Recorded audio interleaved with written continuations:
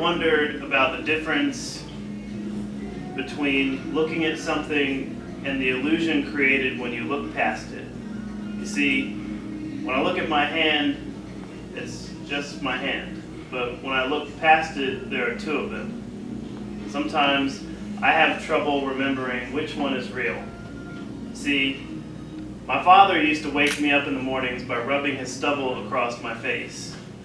For my 11th birthday, I thought it would be a good idea to drink his aftershave. Like, maybe if I could turn blue on the bathroom floor, if I could be his favorite color, he might forget why he left. That afternoon, the paramedics spent all day pumping memories out of my stomach. I coughed up the day the Post-it note with your new address on it burned a hole in our refrigerator. I coughed up the day the divorce papers showed up and my mother took a baseball bat to our mailbox. And I've been choking on splinters for 17 years. It's been 17 years since the last time we had spaghetti at the Italian night on the corner where the jukebox spat tired music, and just like so many things that year, they stopped working when you left.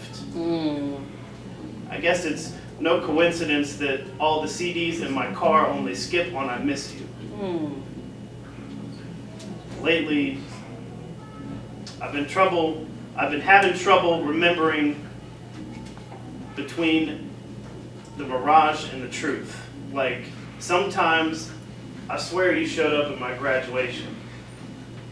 I can no longer tell if the imprints of my palms are hanging in clay on your wall or if they are in the mud that day God had the audacity to let it rain. It's kind of like that time I saw a man crying on a bridge. Now that I think about it, I can't remember if it was me. Very good. I'm Tom Leveille. You can find me on Facebook. You can follow me on Twitter. AVXLANCHE, Avalanche on Twitter. I open umbrellas inside because I can't seem to get away from all of this rain. See, I masturbate with my left hand because I was told in high school that it feels like someone else is doing it. And all of this gets me wondering about the difference between losing you and finding out that someone else found you. Or my sleep. Or lack thereof. It's starting to tear me apart. I keep having these dreams where you are in an unfamiliar body of water trying to wash my poetry off of your hands. The one where something happens in my chest every time you sit on someone else's bed. I'm tired of feeling like something you have misplaced but don't have the heart to look for anymore. Tired of you saying my name like you were trying to bury it. I'm tired of you. You know, forget it. I was going to say that I'm tired of wondering if you can tell the difference between the absence of my voice and silence, but I know the answer. The other day, I was at work and I almost started sobbing when a woman was asking us about our equipment, and I was explaining how things come apart and almost mentioned your name. It makes me think about how you used to say things like, what would you do if I just showed up on your doorstep one day? Now, I haunt the windows of my house. I don't leave for weeks at a time. I'd sit on the porch like the dog that nobody shot behind the shed, the one that refuses to die until you come home again. You know, I told somebody that you don't even know what my voicemail sounds like, and I wonder if it's because they thought that you were so important to me that I never let it ring that many times without picking up, or that you don't know what it sounds like because you have never called. You don't get it. You can't be the murder weapon and the search party.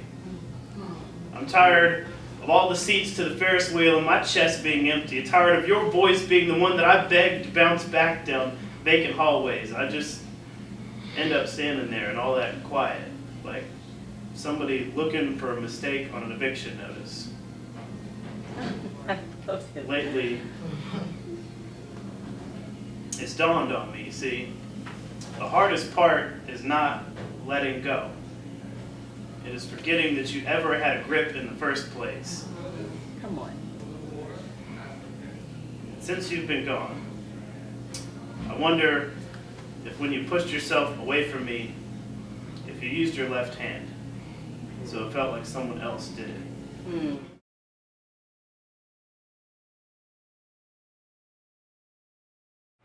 It's chicken soup for my soul. Something to bring me out of my turmoil. People don't know any story unless it's told. And you better tell yours first if you want them to know the truth, not just what's bought and sold. For so many years, I was told negative things, and my self-esteem was affected negatively. And if I wasn't too bright, fat, or nappy-headed, then maybe I would have loved a little better. But in hindsight, I see 2020, that all those people were never any better than me. I needed 35 years to find complacency, and it took 2 more just to learn to love me. And if it weren't for true friends who never let me down, who cheered me on and never let me frown, to the best friend who got me undepressed and who picked me up and helped me back into the world and got me off that deep, dark, dusty shelf, for the lessons I've learned and the hits I've taken, for the babies I've birthed and the ones that didn't make it, from the flaws that I have and those blemishes and imperfections, I had to learn that that makes me, me, and for me, that's perfect. Yeah. Now, I'm a whole lot selfish, and I had to learn to give, because learning how to give is really how you learn to live. I learned that no man is ever an island, and everyone does need help. I also learned that the best thing that you can give is to give of yourself. Time never really heals. Hell, time doesn't even forget. But you can choose to forgive and to live with no regrets. Remember that out of suffering comes creativity, and you can't create a painting without pain. You know, the moon comes when the sun sets. However, you do know the sun will rise again. Make sure that when your situation comes, that you learn your lessons then. Because if you don't learn the first time, you will be on repeat. Maintain your moral compass and make sure that your name counts. Because character can take you where currency can't, and your word should be your trust. Build trust with every action you do, and most likely, you will be heard. However, remember the same actions that built you can be broken by your words. Remember, karma and kismet are always lurking around. So do what you must. Your bubble don't bust, because you didn't just do as I cautioned you must. And watch your world come tumbling down. Try to learn from others' mistakes, and that will lessen the ones that you make. And foolishness, don't partake, unless it's of a fun nature. Remember, your haters are your biggest fans, and prove that all of their hating just proved all the more that you can. It took me a little too long just to learn this, and there's no time to catch up. I just hope these words don't fall on deaf ears, before all of the world grows up. Take pride in what you do, and not just in yourself. Seek all of your securities within you, and not with anyone else. Your trust issues compose your insecurities, and that affects your abilities. So believe and love your being. Remember, change exists in everything. Give and keep on giving, and in turn you will receive. And these are my words that I give to you, and with them, do as you please. Hi, this is Iris. I'm here with Terrell Mercer at Arts Out Loud. Yay! If you want to find me, I am on Facebook. Yeah, at Iris Perkins. Just Facebook. Yeah. And for Instagram, I am Natural Stuff for All. So, hey, do some poetry. You know I like to eat. I love food good and plenty, all types of desserts and treats. I want to be shapely even, hourglass, you know, but round is a shape. And I'm cool with that, see, because eating is an art that some just don't get. They try to be prim and proper and have etiquette, but to me, finger licking at times, forks pricking sublime delicacies to put into my mouth, and then what I eat ends up all the way down south. But it's maybe my legs, because I don't have an ass. Oops, excuse me for being crass. Now, back to my first love, and that would be food.